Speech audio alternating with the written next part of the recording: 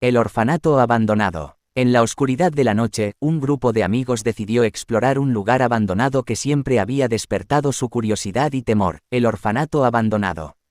Durante años había sido el hogar de niños huérfanos, pero ahora yacía en ruinas, envuelto en sombras y misterio. Al entrar en el orfanato, una sensación de opresión llenó el aire. Los pasillos estaban cubiertos de polvo y las paredes parecían susurrar historias olvidadas. Las habitaciones vacías eran testigos silenciosos de los sueños y las vidas que alguna vez habían existido allí. Mientras exploraban, los amigos comenzaron a escuchar susurros en las sombras y a sentir una presencia inquietante. Algunos afirmaban haber visto sombras moverse rápidamente por el rabillo del ojo, mientras que otros sentían una mirada helada sobre ellos. La atmósfera se volvía más pesada a cada paso que daban. En el sótano del orfanato descubrieron una habitación secreta que había sido sellada durante años. Al abrir la puerta, una ráfaga de aire frío los golpeó y un escalofrío recorrió sus espaldas.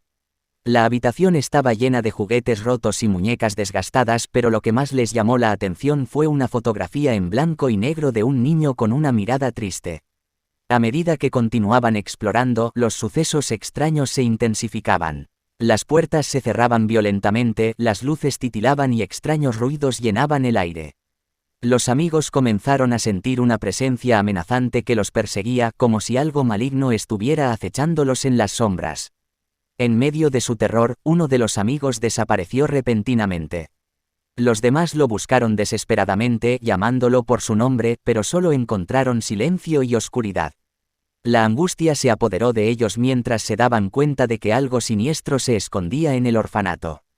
Decididos a encontrar respuestas y escapar de ese lugar maldito, los amigos se adentraron en los pasillos laberínticos del orfanato. Pero cada vez que creían estar cerca de la salida, el camino se volvía confuso y se encontraban de regreso en donde habían comenzado. El orfanato parecía tener vida propia, atrapándolos en su laberinto infernal.